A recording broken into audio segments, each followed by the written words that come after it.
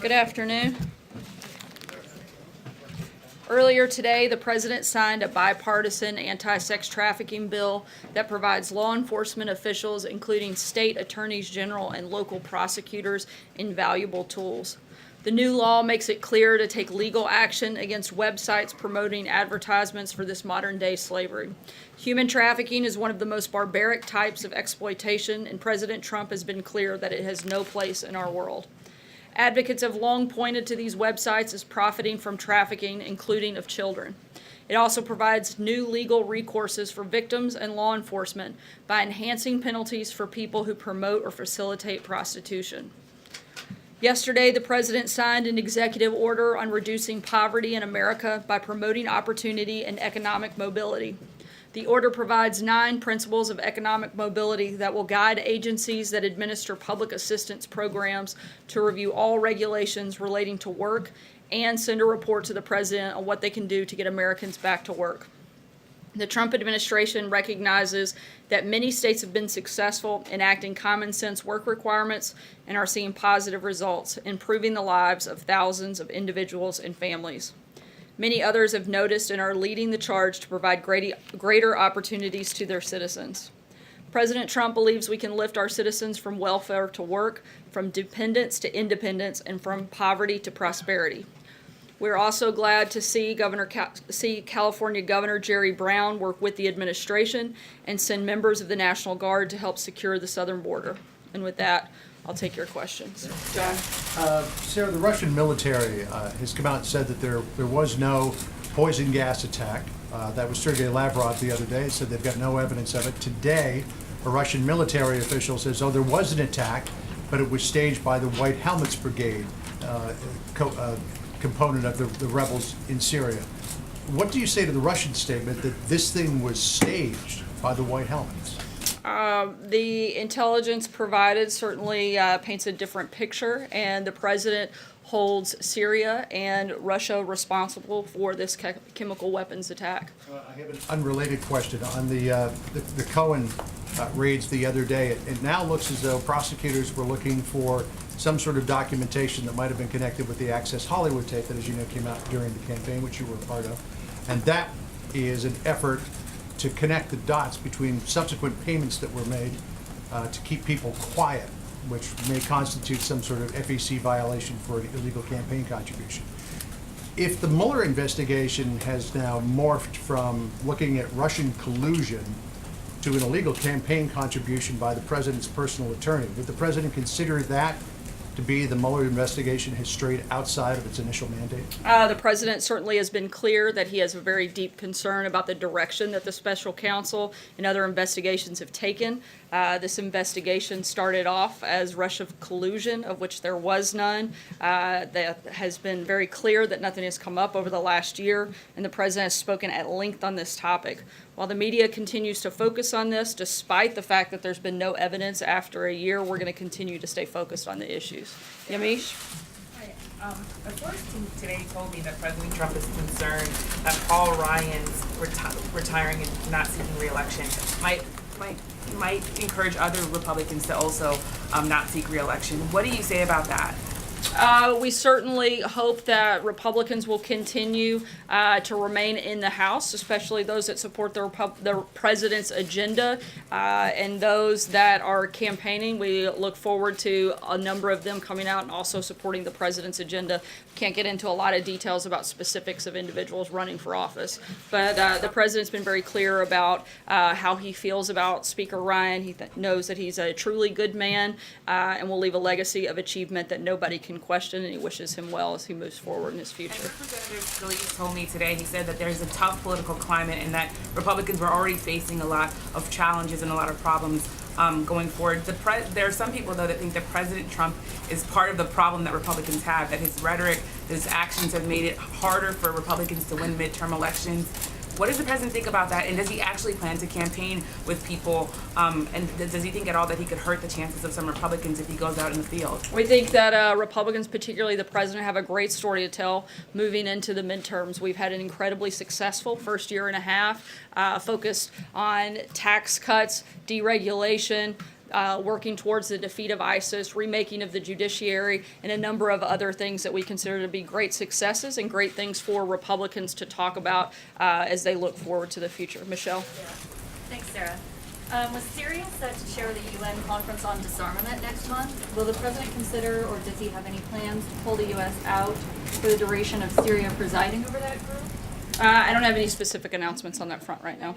Is the White House concerned with Facebook efforts to silence conservatives? It's been a topic on the Hill today and yesterday. Certainly, the White House would always support not just conservatives, but everyone having the ability to speak freely on a number of platforms across this country, and certainly support the Constitution that provides that right. Stephen? Two questions about the president's statement this morning. What does "get ready Russia" mean? Is the United States planning to target Russian assets or personnel in Syria as part of the attack that the president himself said is coming, the missiles are coming? What does it mean? We're maintaining that we have a number of options, and all of those options are still on the table. Final decisions haven't been made yet on that front. So does it mean anything at all?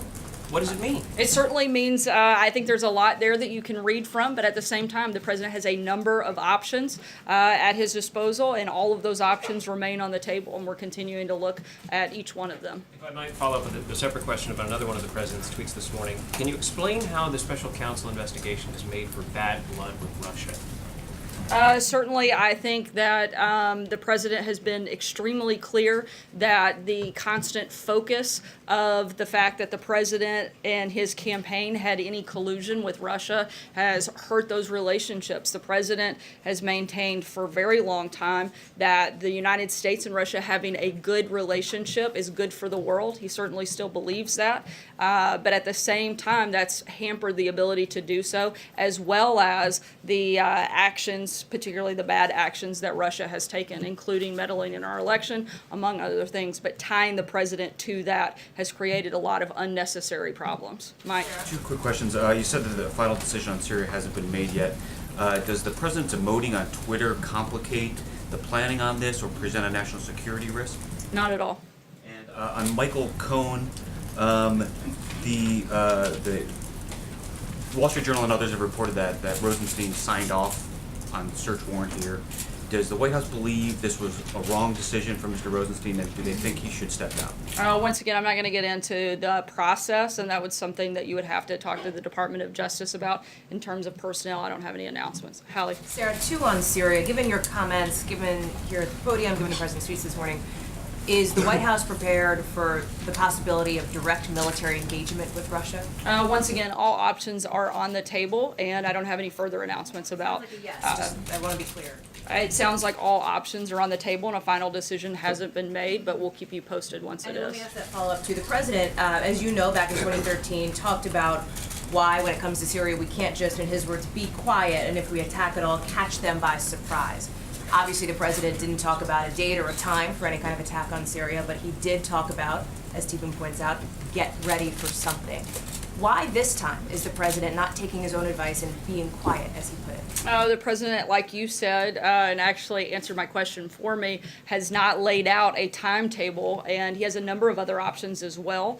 And we're considering all of those options and a number of different timetables of what any action we may or may not take would look like. So that 48 hours timetable is out the window that he talked about Monday, and you should disregard that? In a public sense, certainly the president has made some decisions. He made a decision not to travel to Latin America so that we could focus on this. That was the first step in this process, but we're continuing to look at a number of options. Jonathan. But Sarah, the president was direct in talking about missiles. He said, get ready, Russia, because they will be coming. Nice and new and smart. Why is the president telegraphing his military intentions on Twitter, announcing effectively an attack on Twitter? Again, the president has not laid out a timetable and still leaving a number of other options on the table, and we're still considering a number of those, and a final decision on that front hasn't been made.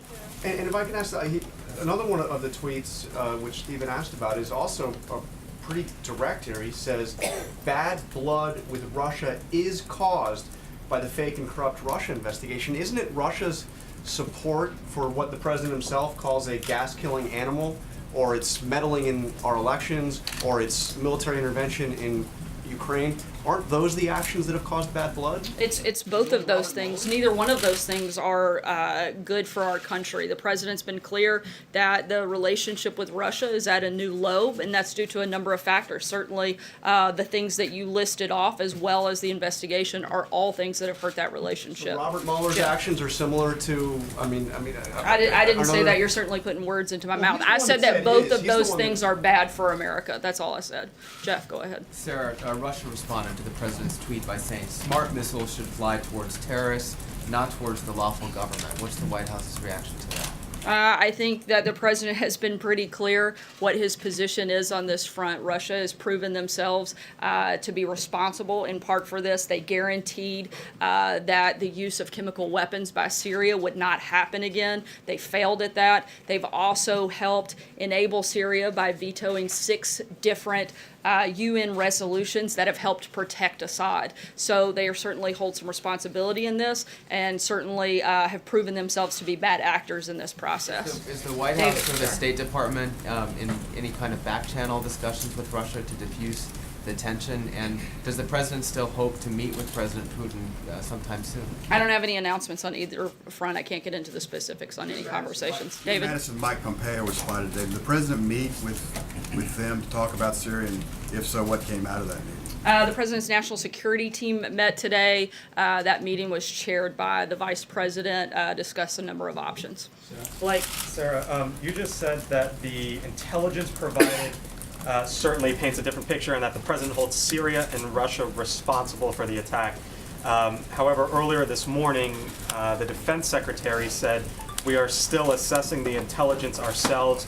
We're still working on this." So what has changed over the last handful of hours from when the defense secretary said, "We're still assessing the intelligence," and now to where you clearly point the finger at Russia and Syria? As I just stated to both Jeff and Jonathan, Russia holds some responsibility in the fact that they guaranteed that Syria wouldn't use chemical weapons again, and they did. They've also hold some responsibility in the fact that they have the 6 UN resolutions that they vetoed to help protect Assad. Both of those things lie at Russia's feet in terms of responsibility in this process. So then you still are assessing the intelligence then, as the defense secretary stated? Certainly, there are things that are being assessed. I can't get into the details, but we're confident in the part of this process that we're in to feel comfortable making the assertions that we have earlier today. Francesca. Thank you, Sarah. You said all these things about Russia and that they've been bad actors. They voted against United Nations, Security Council resolutions as well. And this morning, the president on Twitter said that Russia is supporting a gas-killing animal. So does the president now believe that Russia has firmly established itself as an enemy of America, especially since Russia has said that it will shoot down U.S. missiles if the president fires upon Syria? We certainly think they've proven to be a bad actor, and we hope that that will change. What about an enemy, though? Are they an enemy, though, of America at this point? That's something that Russia needs to play a role in determining. We hope that they will continue, or not continue, I'm sorry, to be a bad actor and make some changes in their behavior, but that's something that Russia will have to play a role in determining. Sorry, Francesca, I'm going to keep going. April? Sarah, as you say, all options are on the table when it comes to Syria and Russia. Has diplomacy been exhausted? That's an option as well. As I said, all options are on the table. So it has not, are you saying that? Again, all options are on the table. That contains a number of different things. Could still be in play. It could be, but there are a lot of other options that are also on the table. 4 senators, 2 Dems, 2 Republicans have a bill to ensure that a special counsel isn't fired for political reasons. Does the White House support that bill? Does the White House think a bill like that is necessary? We don't have an administrative policy on that right now. John? Yep. Thank you, Sarah. 2 questions. On Monday, I asked you if the president had contacted President Macron and Prime Minister May about an alliance with France and England, not unlike that President Obama tried to forge in 2013. He has had 2 conversations with both of them. Have there been any new developments, and has he spoken with any other world leaders, especially those in Central Europe, about a larger coalition in instead of the U.S. going it alone in Syria? Yeah, we've had regular contact with regional allies and partners, including Israel, Saudi Arabia, France, and the UK, as well as a number of other countries at various levels. We've provided readouts of the conversations the president has directly had, but both the National Security Advisor as well as the Secretary of Defense, the Acting Secretary of State, and a number of others within the administration have had regular contact with their counterparts from a number of other countries. And the other thing I wanted to ask, the president has a good relationship with Congressman Scalise, a good personal relationship with his family. What does he think about the reports that Congressman Scalise will run for Speaker soon? The president has a great relationship with a number of members in the House of Representatives who support his agenda, and he looks forward to working with all of them over the course of the next 7 years, I guess. I'm asked not great. Tamara? Yeah, is the president considering firing or in other ways pushing out Rosenstein? I don't have any personnel announcements at this front. Steve? And just one other thing, Paul Ryan today said that he's been given assurances by the White House that the president isn't planning to fire Rosenstein or Mueller. Do you know where he's getting those assurances? Is it coming from the president? Is it coming from others? Where is it coming from? Again, I don't have any announcements on that front. Steve? Sarah, Senator Markey, who's a member of the Foreign Relations Committee, said today that the president must come to Congress for authorization prior to another military strike on Syria, and there are others who are also saying that. Does the administration intend to do that, and if not, why not? Obviously, the administration will follow whatever laws and regulations are necessary for any actions that we take. Because we haven't laid out any specific actions that we plan to take, I can't tell you exactly what needs we would have to go to Congress with. Jim? It sounds like the president hasn't really left a lot of wiggle room. You said that all options are on the table, but when the president says, get ready, Russia, they will be coming, the missiles are coming, how is that anything but an announcement of a pending airstrike? That's certainly one option, but that doesn't mean it's the only option or the only thing that the president may or may not do. Just because he does one thing doesn't mean he can't do a number of other actions as well. And he certainly hasn't laid out the timetable, which would be broadcasting his intentions. One other quick thing on Speaker Ryan's announcement. There are some fears up on Capitol Hill, and we understand some in the White House, that a Democratic wave is coming and could sweep the Republicans out of power in the House. And that could potentially lead to impeachment proceedings that the Democrats could bring forward. What is the president's thinking on that? What is your thinking on that? Like I said earlier, we are very confident in the record that we have and the very successful first year and a half that the president's had in office, and we expect to talk about that a lot. We'd love for you guys to talk about that a lot more too, and we'd be happy to send you some talking points if you need some guidance on that front. Do you think a wave is coming? Do you think a wave is coming? We certainly think we have a great story to tell, and we think America will be ready to listen to that, and certainly has, I think, felt the impact, certainly from an economic standpoint, for this administration, and we're proud of that. Take one last question right here, Andrew. Just to follow up on Jeff and Anthony's question, is there anything that Syria or Russia could do at this point to avoid military action? Again, I'm not going to get ahead of anything, but certainly, like I've said a few times today, all options are on the table, and we'll continue conversations with our allies and partners and move forward from that point. Thanks so much, guys. Have a great day.